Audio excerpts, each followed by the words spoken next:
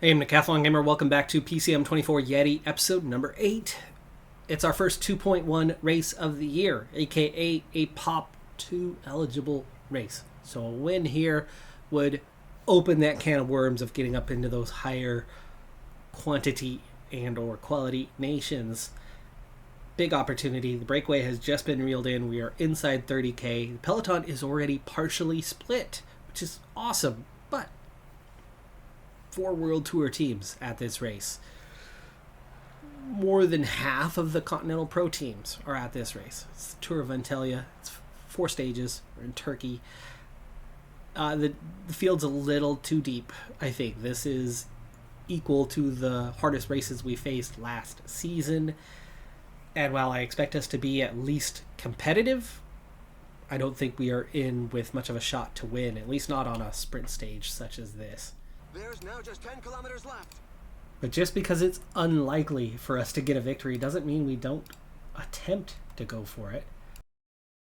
Because eventually it can and will happen. So the stage will end up in a mass sprint. Inside the final 7 kilometers, I think we could start speeding up to that full 99 from here on out. 5.5k. We'll get the gels for the rest of these guys. We're into the last 5 kilometers. I'm going to end up having to soft sprint pretty dang early on this one. 4k. Regatta lost the wheel there momentarily. 3.8k. He needs to come through. Regatta does have a good flat rating. Can he pull us to the front? 2.8k. He's going to start sprinting. On to Hopkins. We do have a decent position, but it's not a great position. On to Williams. 1.3. And Walters. Williams has a shot at this? No. No, he doesn't. No, he doesn't. He is going to get a top 10, though, I think. There's a lot of riders across the road. The Israeli 10A has won. And Williams gets exactly 10th. With this depth of field, 10th is pretty good. And that's, what, a bike length and a half from winning? Definitely had a good result, but it's going to be hard to get much more than that.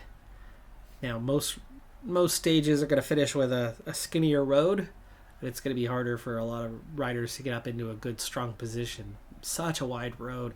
It was so easy for all of the teams to get all of their sprinters well placed. And we weren't perfectly placed, but we were well placed. And we still only managed to get 10th. It's a strong field. Connor Swift took 8th.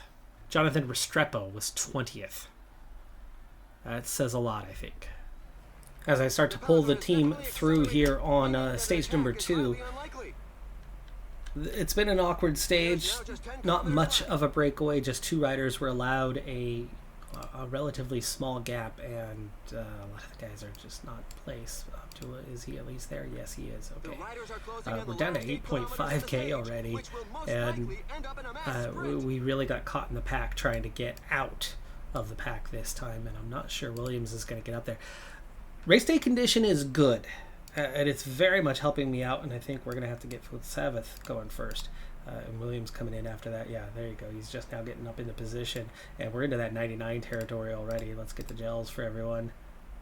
There are just 5 kilometers left. The reason why race day condition is good and has been good is as a 2.1 race, and with only a few of them, I set this as an objective for the entire team and picked our best guys. And we're at 3.5k, and we're going to start sprinting here flat out for Food Sabbath, and then start sprinting for Williams, and he's going to have good pace, but how badly does he hurt everybody else? But can he get us out front because he actually has good pace? 1.7k, 1.3k, and final kilometer, Sabanda definitely got out front. Walters is coming through really well. Not fading, but there's just faster guys. Restrepo, who took 20th last stage, wins. Costa, who's a good sprinter. Urenstad, those guys. Connor Swift. Like, the top 4 this time are the proper top 4. This time, we barely cracked the top 15. In a 0 breakaway kind of day, there's been a lot of push, a lot of chase, and there's been one stretch for about 15k where everybody really just kind of sat up and recovered. But there's been enough tempo that there's been pressure on the field, but it's also a short enough stage that pressure has been relatively minimal. And as we hit the base of our 9-kilometer final climb, it starts a little bit easy, and it gets pretty dang tough. It's time for all of the domestiques to gel up to help the others hang on to their positions a little bit longer. I do want to try to sprint train this thing. The expectations are kind of low because Groupama FDJ have brought their 2 best climbers. Mataway, Godu are both here. And here comes the first attack of the day. And Ethan Hayter is attacking. He's in this field. Yes, he is. His ratings are surprisingly low for as good as he is. And Van Beckham. Both of these riders are better than anything we have on our team. And attacking with them is Odd Christian Eiking. Surprisingly, his ratings are a little bit on the low side too.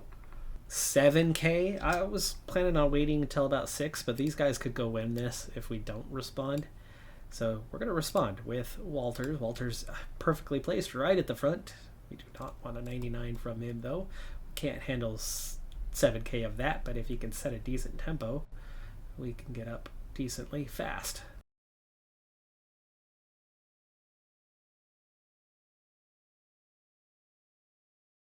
So Walters is going to get us moving. Our first 2 moves coming from sprinters, and these guys are definitely pushing on.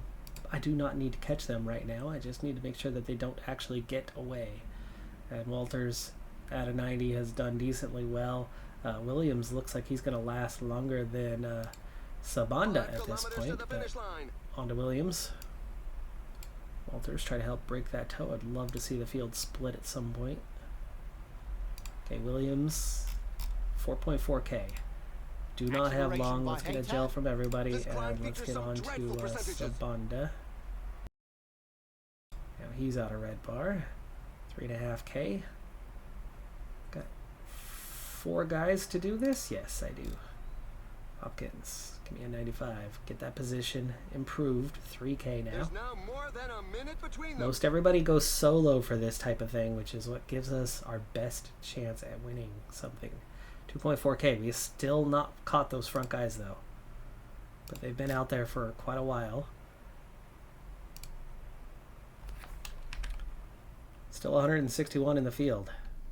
Hopkins, can you just steal their thunder for a second and get us a split? Not quite. Alright. Let's make sure there's nothing more than Ethan Hayter up the road, and it's not. He is furthest up, but that's 5 guys to chase down, and we're at 1.3K already. Abdullah sprint. It's a soft sprint. He is out of red bar, but he can set up Funsavith, which has at least made up the ground to get us into that top 5 for now as we catch Odd Christian Eiking. Here comes Godu and Isagire.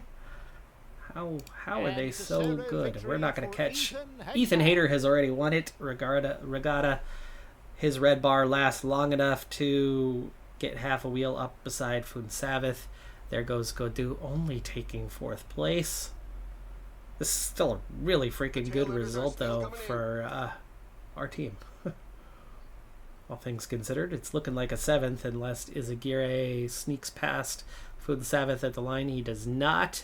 Regatta gets 9th.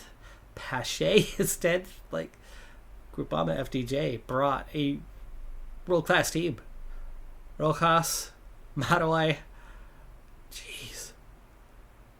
Those guys are incredible. How did they not sweep the field? I mean, Ethan Hayter's pretty dang good too, but and we got 2 guys in the top 10. Final stage, final chance. I know it's highly unlikely that we are going to be able to get a result, but hey, we have cracked the top 10 more than once. We'll do what we can here. Breakaway's already been caught. We're inside the final 10K. We've got this little bit of a hill here, which is giving us a little more of a chance as Funsavith peels off. 8.8. It's like a no separation type situation though. Inside 8K. Inside 7K.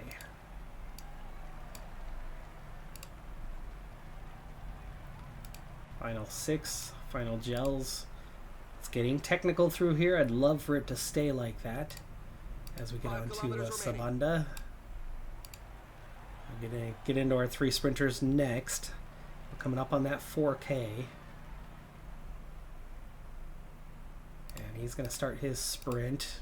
soft sprint. Now Walter's sprinting at 3K. We are going very early. It's the only real way to try to catch these guys out. But that wasn't even one bike length, right? We lost how many bike lengths there? We've got separation. This is how we did it last time, but here come the fast guys. Red bar is gone before the finish line, but that was not the reason we were caught. They were just significantly faster than us as the yellow jersey winner. Tine, sprint leader, has won a second race.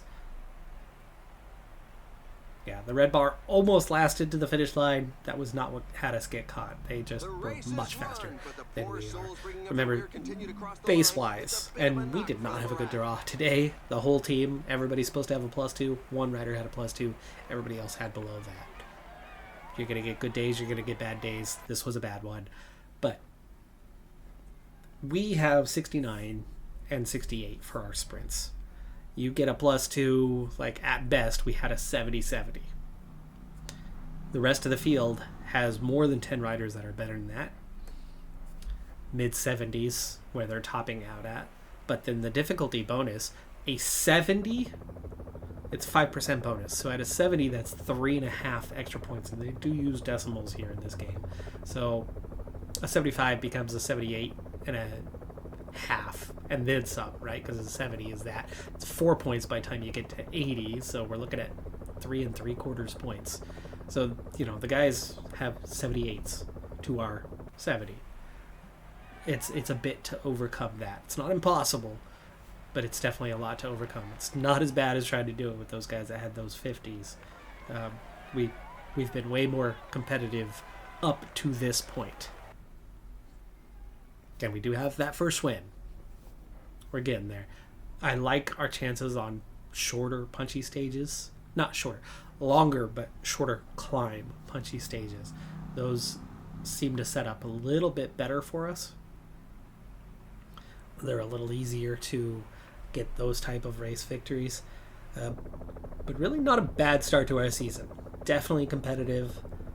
That's our first round of 2.1s out of the way for the season without a victory. The field so far this season has been a lot harder than the field last season. I think there's more than one reason for that. I think part of that's been bad luck for us, that we're in races that are just harder. However, I think part of that is a lot of the teams got stronger, got deeper than what we faced last season, because a lot of the weakest riders retired or didn't get signed. Better riders got picked up by teams for what was in the pool. And I have a feeling that that's part of why we have not yet had a race that was anywhere near what we faced last season. Because for all but the last 2 races of last year, we didn't face anything other than low 60s to mid 60s in every race. We haven't had one race with that yet this season. Again, I think it's a combination of bad luck, but I do think that a lot of the teams opted for signing better riders. That is going to do it for this episode, though. I'm the Decathlon Gamer. Like, comment, subscribe, and I'll see you next time. Have a good one. Be safe out there. Bye for now.